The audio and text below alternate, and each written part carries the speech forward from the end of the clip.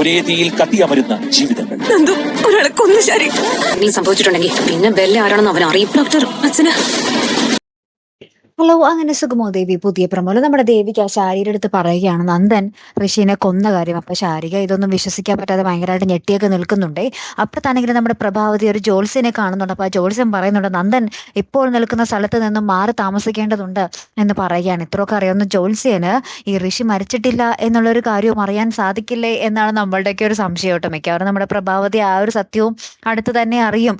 അങ്ങനെയാണെങ്കിൽ ഈ കഥയ്ക്കൊക്കെ ഒരു അവസാനമാകും അല്ലെ. ഏറ്റവും അവസാനം കാണിക്കുന്ന ഒരു കാഴ്ച എന്താണെന്ന് വെച്ചാൽ നമ്മുടെ ദേവികയുടെ അച്ഛൻ്റെ ഒരു അവസ്ഥയാട്ടോ. നമ്മുടെ നേഴ്സും ഡോക്ടറും വന്നിട്ട് പെട്ടെന്ന് ഇവരുടെ അടുത്ത് എന്തോ സീരിയസ് ആയിട്ട് പറയുന്നുണ്ട്. നമ്മുടെ അമ്മ ദേവികയും ദേവികയുടെ അമ്മയും അച്ഛനെ കയറി കാണുന്നു. ഇവരുടെ അച്ഛൻ്റെ അവസ്ഥ കണ്ട് ഞെട്ടി നിൽക്കുന്ന ഒരു രംഗങ്ങളുമാണ് നമുക്ക് ഏറ്റവും ഒടുവിൽ കാണുവാൻ സാധിച്ചതേ. ഇനി അച്ഛൻ എന്തെങ്കിലും സംഭവിച്ചോ എന്നുള്ളതാണ് നമുക്കിനി അറിയേണ്ടത്. കാത്തിരിക്കാട്ടോ. അടുത്തൊരു വീഡിയോയുമായി വരുന്നത് വരയ്ക്കും. Good bye.